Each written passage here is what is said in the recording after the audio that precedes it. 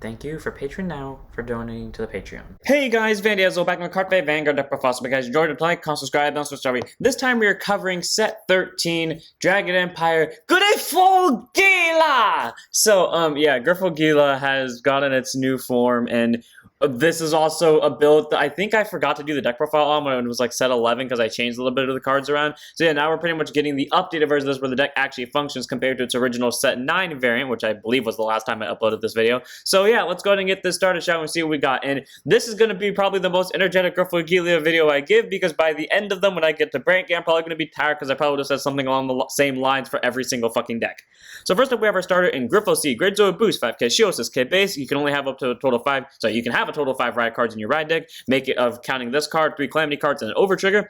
Continuous Vanguard, this gives 2k for each Calamity card with a different card name in your soul during both players' turns. So technically, if you found a way to soul charge a bunch of Calamity cards, you can make his power God knows what, but I would love to see someone do that, but I know it's not going to happen because it's physically impossible. But for now, it's basically an 8k on grade 1 turn, 10k on grade 2 turn, 12k on grade 3 turn, then you go into Griff, and how you get into Griff via this is Auto Vanguard. At the beginning of your main phase, you can choose a Calamity card from your ride deck and put it to soul instead of riding, obviously, and then by putting 3 Calamity cards from your soul that were in the ride deck originally back into the right deck face up. Search your hand or deck for up to 1 Griphogila of Eclectic Decimation, Griphogila, ride it as stand, and if you search your deck, you shuffle it, and then if you wrote a card, choose 2 of your rear guard circles and put Griphogila markers on them.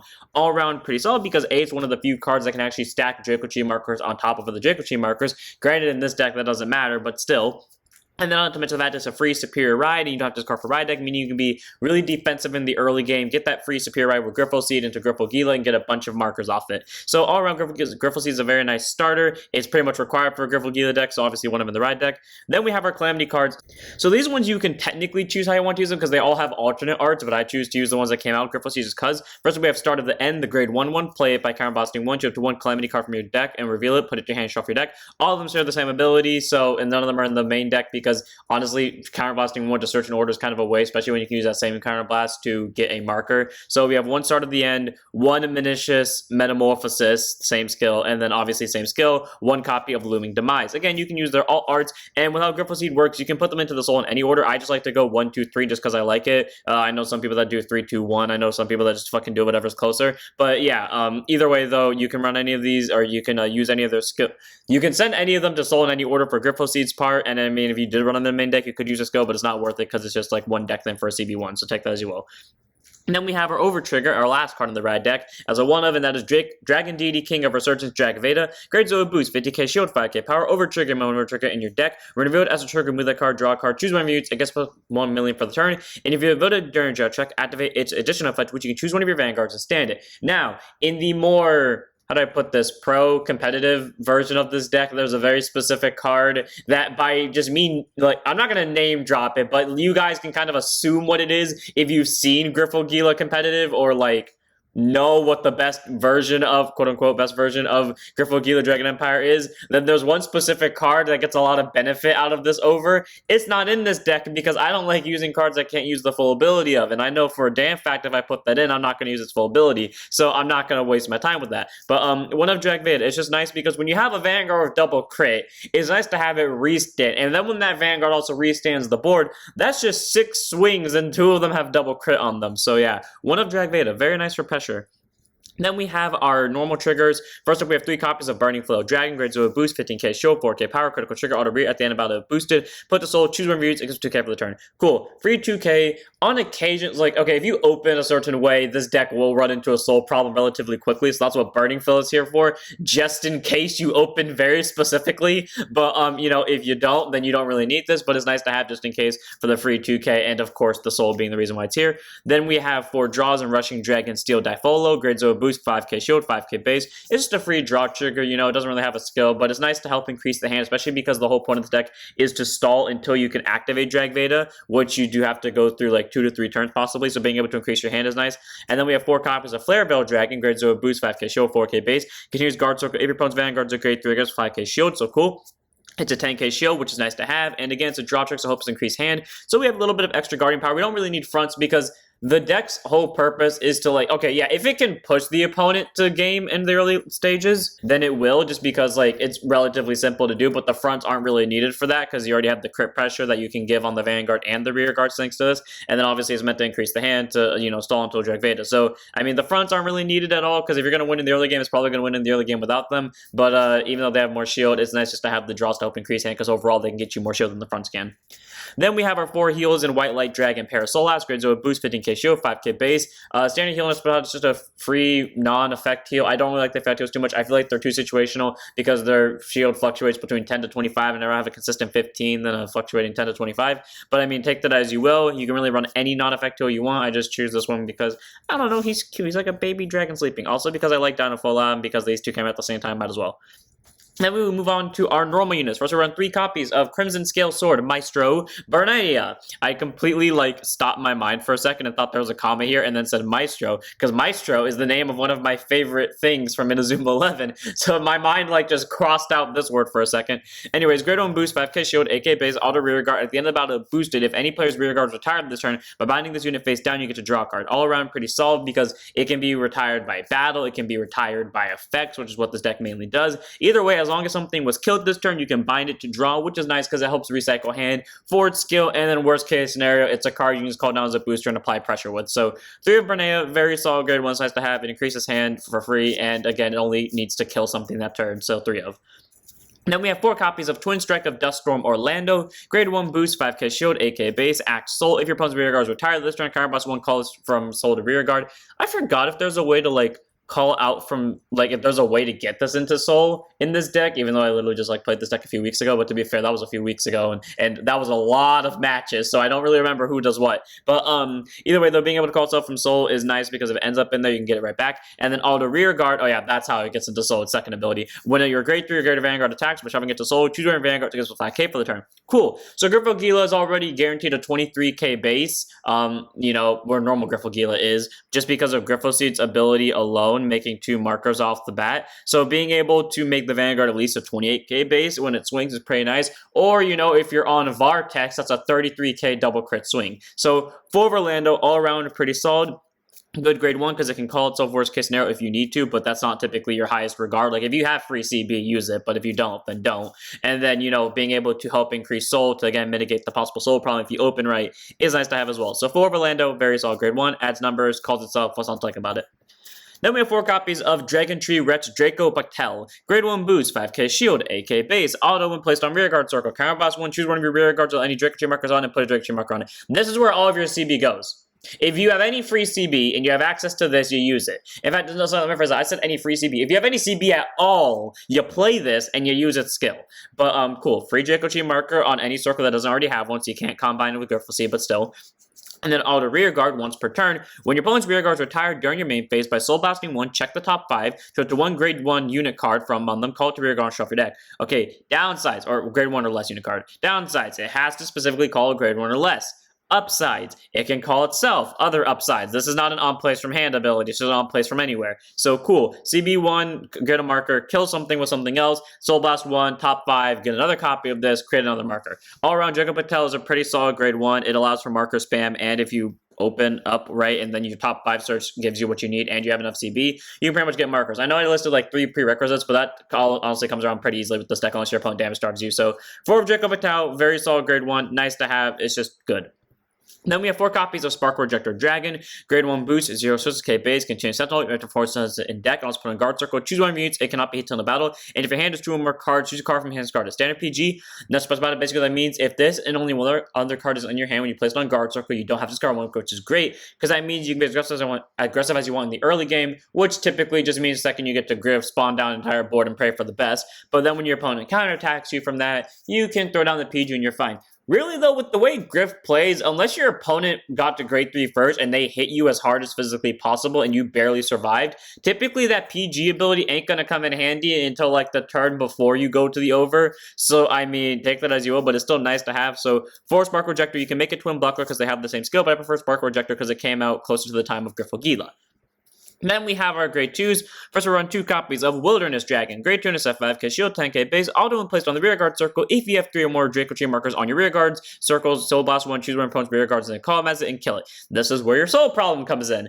Well, that and this, but still. So being able to kill an opponent's rear guard is nice. The only downside is you have to have 3 or more markers. See, what sucks about this card, at least for me, is that half the time when I get access to it, or sorry, half the time when I get it into my hand, I don't have 3 markers. I only have 2, and then that's because I don't have a Draco Patel accessible to me, whether because I don't have CB or because I just didn't have a Draco Patel at the moment. But either way, though, being able to kill a rear guard is nice because it also can trigger Draco Patel, and the only requirement is your opponent has to have 3 more rear guards, or sorry, not 3 more rear guards. You have to have 3 more markers, which is relatively easy to get in this deck, and only costs a Soul Blast and not a CB, meaning you can use more of that CB for Draco Patel and Orlando's sake. So 2 of Wilderness Dragon, not an amazing grade 2, but not a horrible grade 2 either, so it's nice to have around just in case. Then we have 3 copies of Ground Gorge Dragon. I don't remember what I said when this card was first revealed on my Ezreal and the Vanity. I did think I said something along the lines of, it's an okay-ish card, maybe good for Griphogila, maybe not if I even mentioned Griphogila, otherwise I probably said it was bad. And then I tested it out, even though, like, when I was building that deck, for some reason my mind immediately flashed back to this, and I went to go find it, I found it, I put it in the deck, and this thing has been hard carrying ever since I put it in. 3 copies of it, grade 2 and 5k shield, 10k base, cool art in my opinion. Continues rear guard, if your Vanguard's critical is 2 or higher, it gets plus 10k power during both players' turns. Now, here's the important part. While yes, unless you have 3 markers, regular Griphogila is only a single crit, 23k base. Again, it's relatively easy to hit 3 markers in this deck, so that means this thing's probably a 25, 10 from its skill, 5 from marker skill, during both players' turns, or at least 10k during your turn. And then when you get to Vartex, this boy's a guaranteed 25k base, because there's no way in hell you don't have a marker on its circle. 3 of Ground Gorge Dragon. It's just a beat stick, but it does the beat stick job so well. 3 of. Then we have 3 copies of Meteor Flare Dragon. Grade 2 and 5k shield, 10k base, auto when placed on the rear guard circle until end of turn. All your opponent's rear guards lose their continuous abilities and cannot regain them. And then by counter blasting 1, choose one of your opponent's rear guards, then call him as it and murder it. So all around pretty solid. Granted, it's a not mandatory counter blast, but if you want to get the kill, you have to counter blast, so it kind of conflicts with Backtail a little bit with the CB cost. But on the bright side, if you don't want to do that and you just want to say F your opponent's continuous abilities, you play it. Basically what that means is it fucks over resist, because resist is a continuous ability. Or if it doesn't fuck over resist, or it fucks over Trickstar's resist, that is it cannot be chosen because it's a continuous effect. I don't remember if resist is continuous or not, but I'm pretty sure it is, so it fucks over resist. And, any other bullshit continuous abilities, such as Stephanie from Dark States. And then continues rear guard during turn. If your opponent's Vanguard's a grade 3 guard and they have no rear guards, gives 10k power. So this deck is not meant to be hyper rear guard kill. If you kill your opponent's entire board, that probably implies that they didn't have much of a board to begin with, because if you did kill if you killed 5 units at once, that implies you dropped every single bit of resource you have, which I would stand there and question you for about 5 seconds, especially because marker makers over here. But being able to get that 10k and be a 20k swing is nice, but most of the time your opponent's not gonna have, or you're not gonna have enough resources willing to spend to kill an entire board. But hey, if you do, 20k base, that's nice to have. 3 of, again, this is the better beat stick, but this is also here because nullifies abilities and possibly gets a kill, which could possibly trigger off Draco Patel. Then we move on to our grade 10s. The man I've been talking about the entire time. I'm surprised the video's only been going for, as the time of me recording this before I start editing, 13 minutes and 14 seconds and counting. Anyways, 3 copies in the main deck of Draco Tree of Eclectic Decimation. Griphogila! God, I love saying that. I know I used to hate Jinky in the anime, but ever since just hearing him give Griphogila so much energy and doing the hand motion, I do that every single time I pronounce it. I don't know why, it's just so enjoyable to me. Anyways, grade 10 Twin Drive, control on the right, 13k base, continues Vanguard during your turn. It gets plus 5k power for each Draco Tree marker on your rear guard circles, and if you have 3 or more, it gets plus 1 crit as well. So a guaranteed 23k thanks to Griphogila back here, but if you get 1 more via Draco Patel, it becomes a 28k double critical and just keeps going up from there, which is nice to have. And then auto Vanguard once per turn. Sadly, this is how its ability has to work.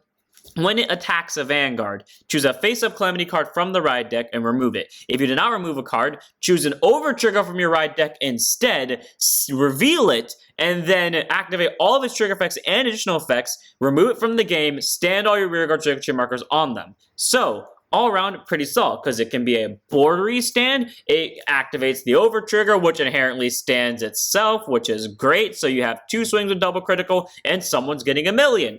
probably the Vanguard. Or if you're running Varina Esper already, because if you would have been here by now, because I like to go in order of grades, then you would have seen Esper already here, and then that means I think you get a total of 7 attacks if you don't have 2 of them, which in that case I think would translate to 8. Someone correct me if I'm wrong on that. But yeah, cool. The downside to that is, and it's the part I hate, is it has to swing into Vanguard for this effect.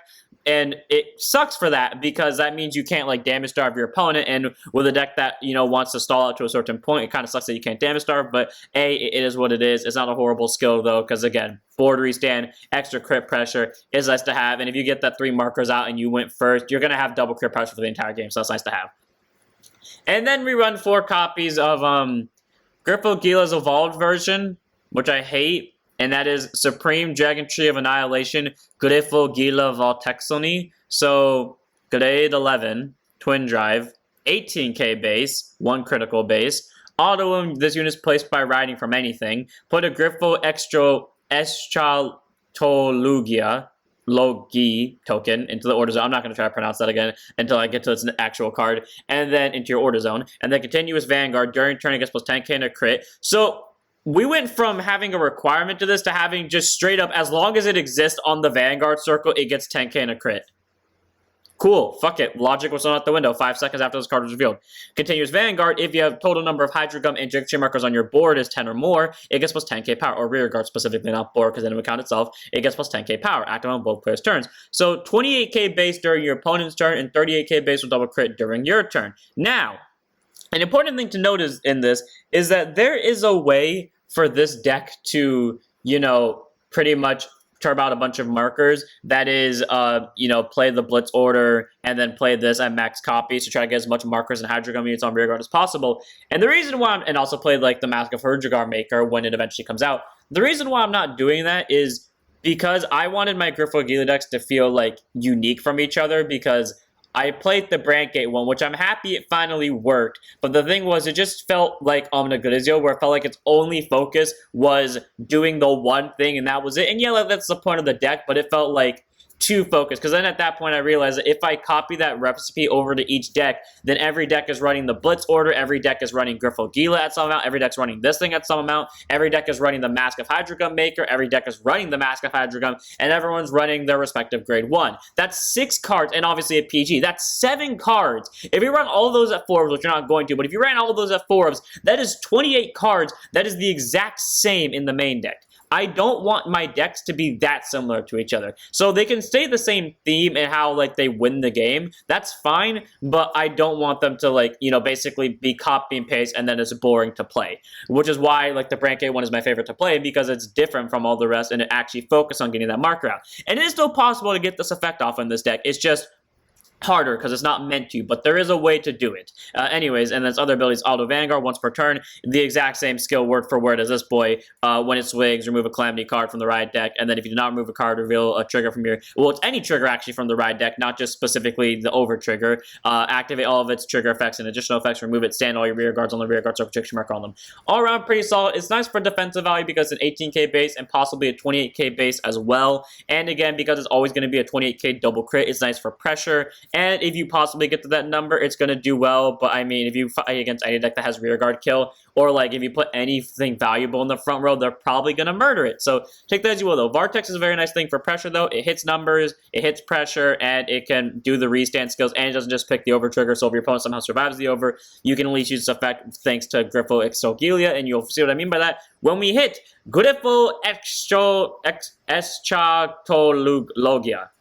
token.